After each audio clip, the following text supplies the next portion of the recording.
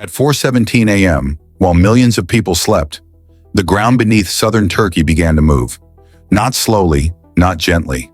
In seconds, entire neighborhoods collapsed. Buildings that had stood for decades fell as if they were made of sand. Bedrooms became rubble, hallways disappeared, staircases folded in on themselves. There were no sirens, no countdown, only darkness, dust, and the sound of concrete breaking. People woke up trapped, buried beneath their own homes, calling out into the void. Power lines went dead. Cell towers fell silent. Entire cities lost their voice. This wasn't panic. It was physics. Gravity took over, and it did not care who was inside. By the time the shaking stopped, tens of thousands of lives were already sealed. And this wasn't just an earthquake. It was the moment a system failed. Just hours earlier, everything felt normal. Families finished dinner, lights flickered on inside apartment windows. Televisions played quietly in the background. Children fell asleep in their beds. Parents set alarms for the morning. Doors were locked. Shoes were left by the entrance. Outside, the cities were calm. Traffic thinned. Streets emptied. Nothing felt unusual. These were not old buildings. They were modern, recently constructed, marketed as safe. Concrete was clean. Walls were straight. Balconies looked solid. People trusted them. They trusted the permits. They trusted the inspections. They trusted the systems meant to protect them. No one slept in fear. No one expected the ground to betray them. After all, many of these buildings were new, too new to fail. At 4:17 a.m., the first shock hit, not like a tremor, not like a warning, like a blow. The ground didn't shake at first, it lurched. Beds slid across bedrooms. Nightstands slammed into walls. Closet doors burst open all at once. People woke up confused, half-conscious, trying to understand why the room was moving. Some thought they were dreaming. Some thought a truck had hit the building. Some thought it would stop. It didn't. The second jolt came harder. Walls cracked with a dry, snapping sound. Ceilings split open. Dust poured down like smoke. Glass shattered across dark rooms, cutting feet before anyone could see. Phones fell from hands. Lamps crashed to the floor. Furniture slammed into doorways. Parents reached for their children. Children screamed for their parents. But the building was already changing shape. Hallways twisted, floors tilted. Staircases began to tear away from the walls. People tried to stand. They couldn't. The ground rolled beneath them, throwing bodies sideways, pinning them against concrete. Then the power went out. Lights flickered once, then vanished. The darkness was instant and complete. No emergency lights, no backup generators, no sound except the building tearing itself apart. In the dark, people shouted names, called for help, screamed into dust-filled air. Some tried to reach the stairs. They were already gone. Some tried to reach the door. The frame had warped shut. Some tried to jump from balconies. They never had the chance. The shaking intensified. This wasn't swaying. This was collapse. Entire floors began slamming into each other, one after another, like a stack of cards being crushed from the bottom. The sound was unmistakable. Concrete snapping, steel screaming, the deep, hollow boom of structures failing from within. Inside the buildings, gravity took over. Walls that once held weight suddenly carried nothing. Columns snapped, beams bent, supports vanished, rooms folded inward. People were thrown into walls, into ceilings, into the floor beneath them. Some were buried instantly. Others were pinned, unable to move. Breathing became difficult. Dust filled lungs. Air turned thick and heavy. Every breath burned. The shaking didn't pause. It didn't slow. It came in waves, each one tearing more of the structure apart. Some buildings collapsed straight down, crushing everything inside. Others tilted, then fell sideways, pulling neighboring buildings with them. Entire blocks disappeared in seconds. Outside, streets split open. Cars bounced like toys. Parked vehicles smashed into each other. Streetlights snapped and fell, plunging entire neighborhoods into darkness. Power lines sparked briefly, then went silent. Cell towers lost power. Networks failed. Cities lost their voice. Inside the rubble, people were still alive. They called out. They banged on concrete. They screamed until their voices gave out. Some were trapped upside down. Some were crushed from the waist down. Some could only move their fingers. Time stretched. Seconds felt like minutes. Minutes felt endless.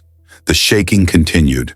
Just when it seemed impossible for anything to still be standing, another jolt hit. Stronger. What little structure remained gave way. Rescue was impossible. There were no responders yet. No lights. No tools. Only darkness and debris.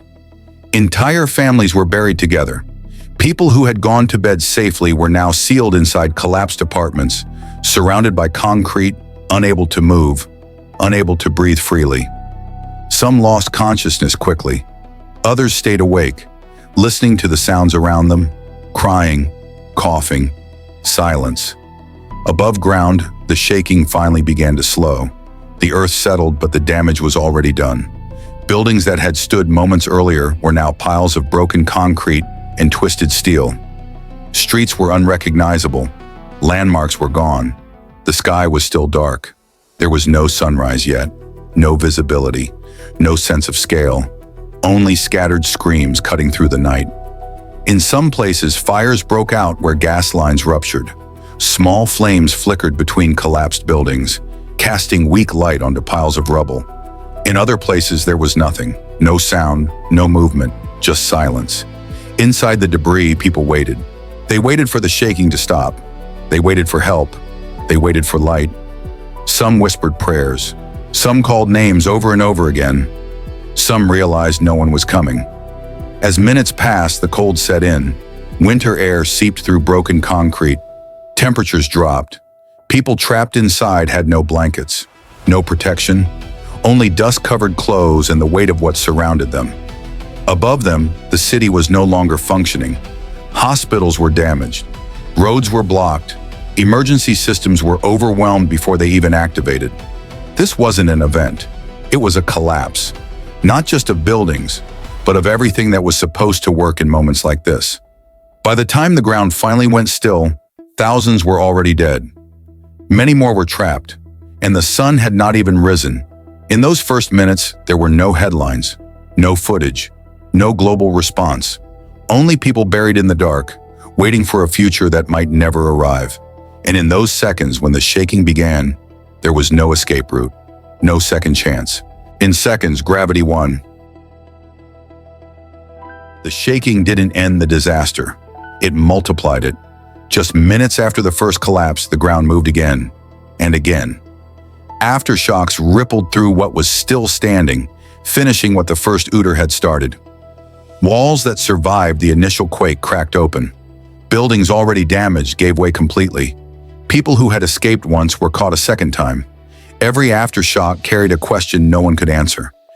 Is this the one that brings everything else down? Then the cold set in. This was winter.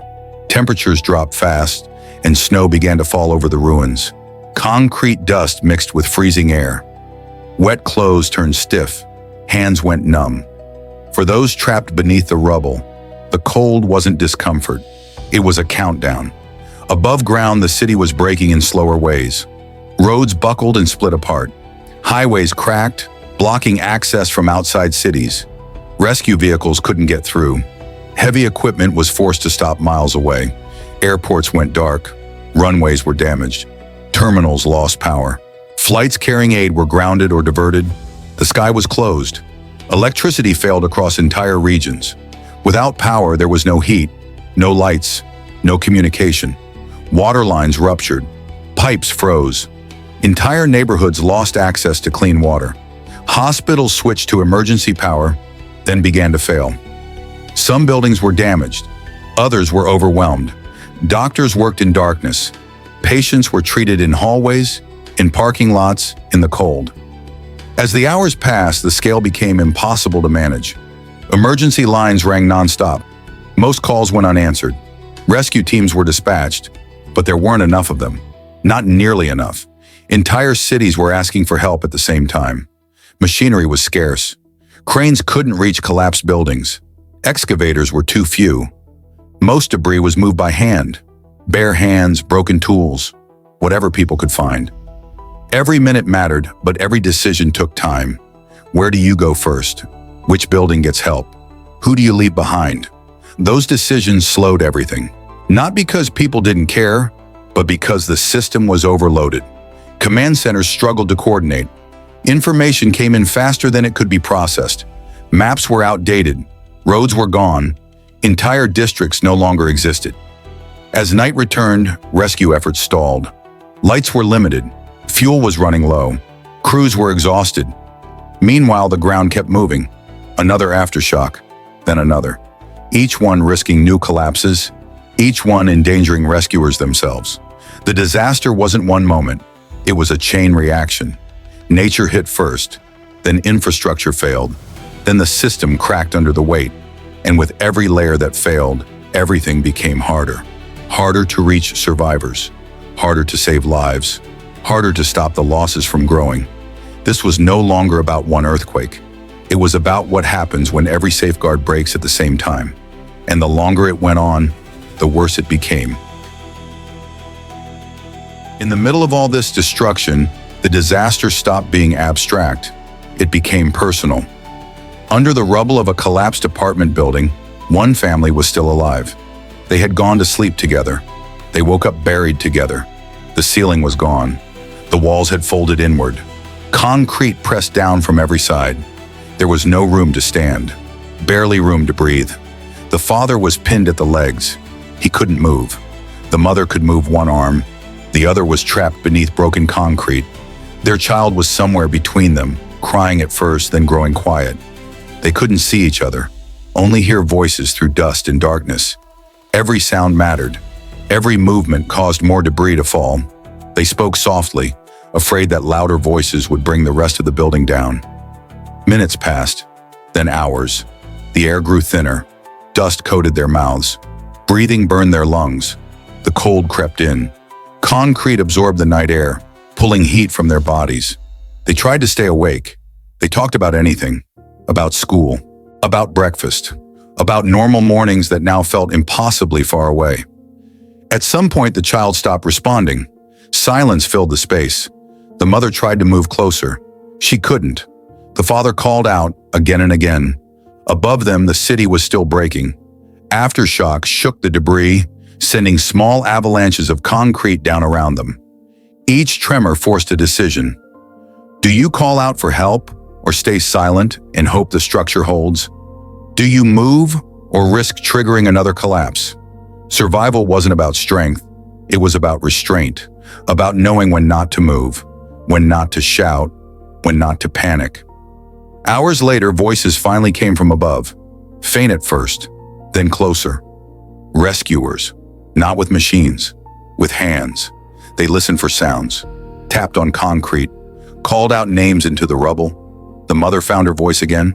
She screamed. It took time. Debris had to be removed piece by piece.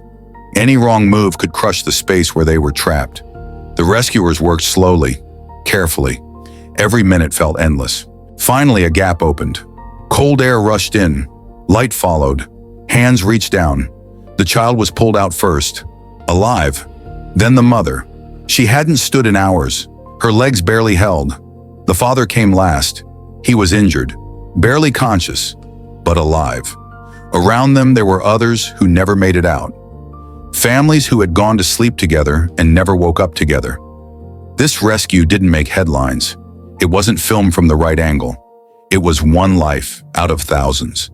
And that's what survival came down to.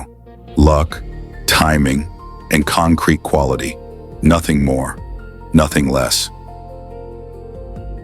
Morning came slowly, not with traffic, not with voices, not with movement, just light. As the sun rose over southern Turkey, it revealed what the darkness had been hiding. Entire neighborhoods were gone. Apartment blocks reduced to flat piles of concrete. Streets erased beneath debris. Cars crushed and buried where they had been parked the night before. From above, the cities looked unfinished, like something had been wiped clean. There was no rush hour noise, no engines, no horns, only silence. People moved carefully through the ruins, stepping over broken walls, over furniture that now sat outside in the open air. Some searched for relatives, some searched for signs of life. Others searched for nothing at all, still trying to understand what they were seeing. The scale became impossible to ignore. Block after block, city after city, hospitals overflowed, schools were destroyed, entire districts were uninhabitable. Officials began to count, not everything, just what they could. Thousands confirmed dead, tens of thousands injured, hundreds of thousands displaced. The numbers were incomplete. They always were, because beneath the rubble, people were still missing. Rescue teams continued to work, but now in daylight. The dust settled. The outlines became clearer. Collapsed buildings revealed how they had failed, floor by floor, layer by layer. Some structures had fallen straight down, others had folded sideways. Many had pancaked completely. In the quiet, details stood out.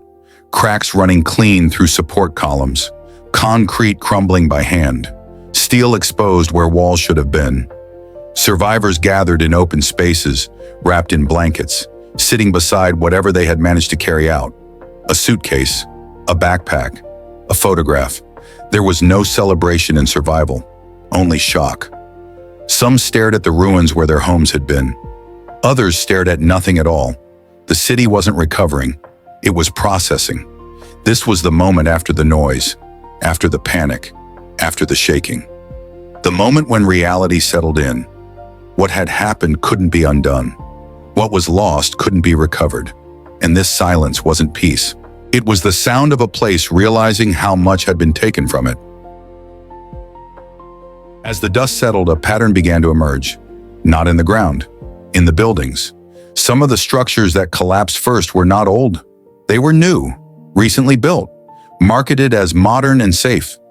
Meanwhile, some older buildings remained standing, damaged, cracked, but still upright. That contrast raised a question that refused to go away. Why did newer buildings fail faster? The answer wasn't found in the earthquake alone. It was buried in paperwork, approvals, and decisions made years before the ground ever moved. On paper, Turkey had earthquake regulations, strict ones, building codes designed to protect lives, standards meant to absorb shock, rules written after past disasters. But rules only matter when they're enforced. Over time, those standards were softened. Inspections became inconsistent, oversight weakened, and then came something else: building amnesty, a legal forgiveness program that allowed structures built without full compliance to be retroactively approved. In exchange for a fee, violations were overlooked, missing permits, improper materials, unauthorized changes, all cleared on paper. Buildings that should have been reinforced were instead legalized, not rebuilt, not corrected, approved. This wasn't one decision. It was many, made quietly, repeated over years, each one shaving away a margin of safety. Concrete quality varied. Steel reinforcement was reduced. Load-bearing columns were altered or removed. Individually, each shortcut seemed manageable. Collectively, they were catastrophic. When the earthquake hit, the ground tested every compromise at once. Buildings designed to bend instead snapped. Structures meant to transfer force collapsed inward. Entire floors pancaked because the supports beneath them were never strong enough. This wasn't a failure of nature. It was a failure of accountability. Not one engineer, not one contractor, not one official. A system where responsibility was spread thin and consequences were delayed. A system that rewarded speed over safety, growth over resilience, approval over inspection. By the time the earthquake arrived, the outcome was already written. The shaking didn't create the weaknesses, it revealed them. Every collapsed building told a story about a decision made earlier. A permit signed, an inspection skipped, a regulation ignored. The disaster exposed the gap between what was required and what was allowed. And that gap was measured in lives. This wasn't about blame, it was about cause. Because earthquakes are inevitable. Collapsed cities are not. The earthquake exposed decisions made years earlier. Decisions that turned a natural disaster into a human catastrophe. In the weeks that followed, the noise slowly returned. Machinery replaced silence. Voices replaced sirens. Across southern Turkey, rebuilding began. Debris was cleared, streets were reopened. Temporary shelters filled empty spaces where homes once stood. Memorials appeared quietly. Candles, flowers, photographs taped to broken walls, names written on cardboard signs. For many families, there was nothing to rebuild, only something to remember. The dead were counted, the missing were named, and the survivors learned how to live with what they had seen. Governments promised change, new regulations, stricter inspections, words that had been spoken before. But the lesson of this disaster was never meant to stay in one country. Because this wasn't just a story about Turkey, it was a warning. Across the world, millions of people live on fault lines. They sleep in high-rises. They trust concrete. They assume systems will work when they need them most. In places like California, Japan, Italy, and beyond, the same question quietly exists. What happens when the ground moves here? Earthquakes cannot be stopped. They don't follow borders. They don't respond to laws. But their impact is not random. It is shaped by choices, by how cities are built, by what standards are enforced, by whether safety is treated as essential or optional. The buildings that fell in Turkey did not collapse because they were unlucky. They collapsed because somewhere along the way, decisions were made that traded resilience for convenience. Those decisions were invisible for years, until one night when the ground demanded answers. This is what disasters leave behind. Not just ruins, but responsibility. The question is not whether another earthquake will come. It will. The question is whether the next city will be ready. Because earthquakes don't kill cities. Bad decisions do.